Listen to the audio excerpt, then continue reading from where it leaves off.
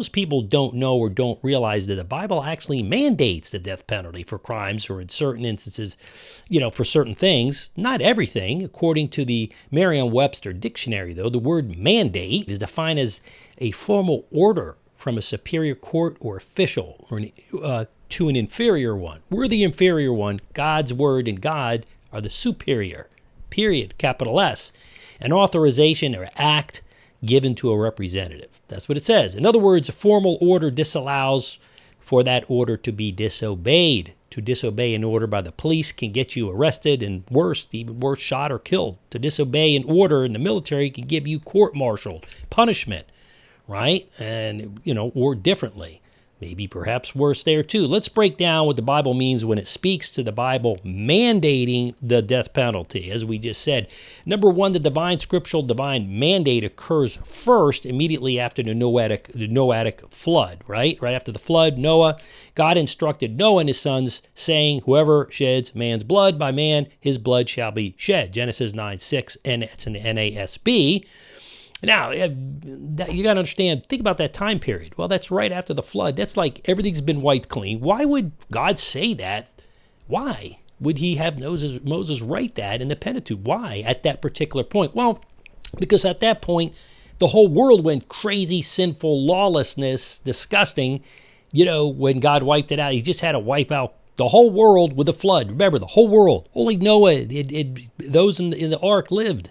Well, then he came out and notice how he says that first thing. We can't have this again. And the way you keep that is you take the worst of the worst of the worst. Those who have murdered premeditatively, and by the blood that they shed, their blood shall be shed as well. That's important to know that was said at what point. It wasn't just stuck in the middle of the Bible. That's at the beginning, folks, after the flood, not the beginning of creation. That's number one. Number two, human beings are created in the image of God. Genesis 9:6. No other creature, great or small, can say this. No fish can create equality. Monkey, ape, elephant can claim equality with humans. Only humans are created in God's image. Remember, God was clear about that in his word. Only humans have logical minds, the ability to think, process, understand. You can't, listen, can you give a monkey directions to get to New York City, give him a car and have him make it? Nah, it's never going to happen. Would a monkey or an elephant or, any animal, koala bear, could they ever write, any kind of symphony or write instructions for a nuclear weapon or design a car, whatever they're going to do? No, they can't think that way. Could they ever sit here and have a conversation with you that's logical? No, because they're not. They're animals. They act on instinct. We're only created in God's image. We think, we feel, we understand. We can understand right from wrong, not out of instinct. We're not animals in the sense that, like animals in the wild, we're made in God's image. Period. Now, as compared to all other creatures that exist, only we're superior, and as such, all humans' life is sacred. All right, justifiably. Okay, and the death penalty is for that reason. For first-degree premeditated murder is mandated by God. That's number two. Number three, capital punishment, the death penalty, is reserved for the state. We talked about that. Not the individual. Can't go out and say, I'm going to go ahead and give him the death penalty. No, we can't do that. That would be murder on us. There's no place for personal revenge or retribution outside the bounds of the law. So, beloved, never avenge yourselves, but leave it to the wrath of God, for it is written, vengeance is mine, I will repay, says the Lord. Romans 12:19.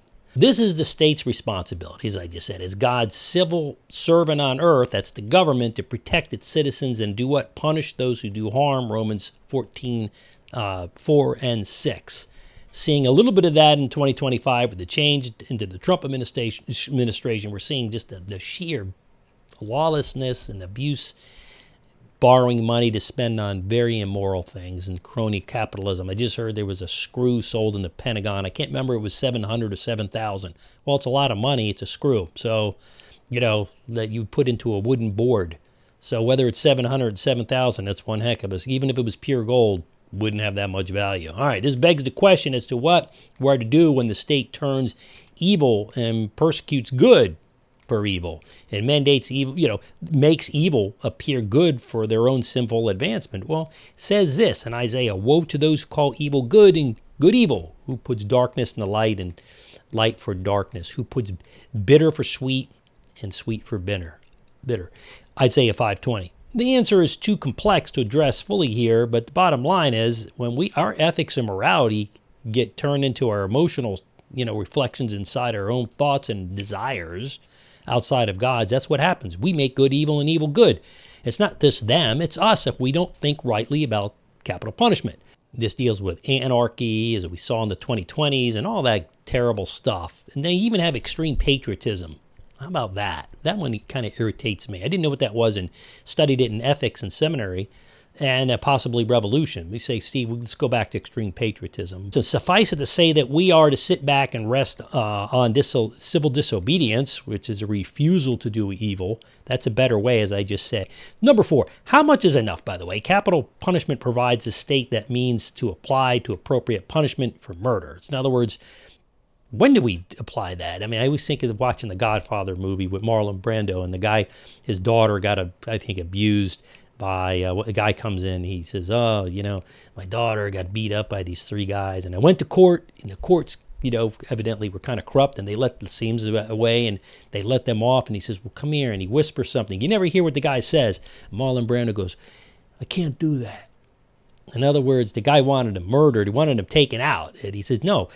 Why? Because it's an eye for an eye and a tooth for a tooth. It had to be equal. If they would have murdered his daughter, the mob would have done that. They would have taken the life. But even the mob in that situation had moral values to some degree, right? They shouldn't do it anyways. They don't have the authority. So that's against God's ways. But the bottom line is Deuteronomy is clear. It shall be life for life, eye for eye, tooth for tooth, hand for hand, foot for foot. Deuteronomy 19:21. That's the ESV.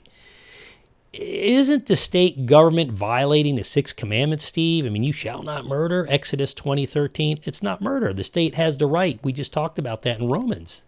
They have the right. They possess the power to execute death penalty. Now, it doesn't mean they're right if they do so wrongfully and just execute their opponents, politically speaking. Romans 13:4.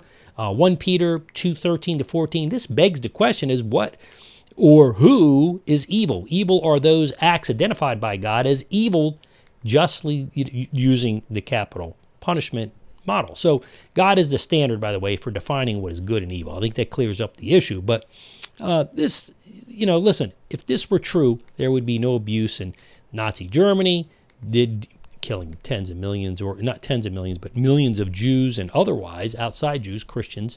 The state does not violate, by the way, the 6th commandment saying you shall not murder if it's properly executed in the application. The Hebrew word ratash is translated to kill, and on some translation it refers to the act of murder or homicide. But a different word, harag, H-A-R-A-G, often translated kill, occurs more often in the Old Testament. Rather than violating the 6th commandment, by the way, this capital punishment, the state supports the commandment by executing those who do what? Murder, first-degree murder. So the good news is that God provided specific guidelines for us, and so let's investigate a little further. We're going to pick it up and then hear what the accused person must have committed a crime for which death penalty, and it's appropriate punishment. God states life is for an eye, for a tooth for a tooth. We just talked about that in Deuteronomy 19:21. Number 2, must have clear evidence of the guilt must be provided by 2 or more witnesses. Numbers 30, Book of Numbers 35:30, and Deuteronomy 17:6. Number 3, those charged with crimes must be treated in a uniform and impartial manner, regardless of the status, whether rich or they're poor. Deuteronomy 1:17, or class, Leviticus 19:15 of the offender. So our society, business, and especially our government political systems favors people, by the way. We discriminate them based on how much power, how much money they have, because that means if they have power and money, they can do things for us in return. That's a selfishness, and it's immoral, and it's wrong. It diminishes the integrity of God's ways, and it creates serious doubts about about all the things that God does rightly. Leviticus 24:22. You want to go ahead and read that. But in conclusion, God instituted capital punishment as a legitimate option for every state. The institution of capital punishment predates Israel's birth as a nation, and Moses' divinely inspired direction for the governance elimination possibility mandates solely for Israel. If you're wondering, by the way, God issued his guidance on capital punishment for all of earthly surviving people. Genesis 7, 20 to 24. A lot of people say, well, that was just for Israel. No, go read Genesis 7, 20 to 24. That covers all people. God didn't specify just Israelites or just Moses. And, God's instruction to them provided the foundation for all subsequent governments there forward, because God mandates capital punishment prior to Israel's establishment. At the very least, it's a legitimate response to murder and how to handle people who do first-degree premeditated murder in all societies, despite what your religion, what your culture, what your feelings are. Wow, we're almost to the end there. I think we got one more on here. People say, man, Steve, this is too much. I may end up putting some series in between to break this up so we don't get a whole month of your 2 weeks of just of the capital punishment. We'll see what comes out. But God's blessing to you. Make sure you do a couple things. Bam! Hit that subscribe button. Then make sure you join my community.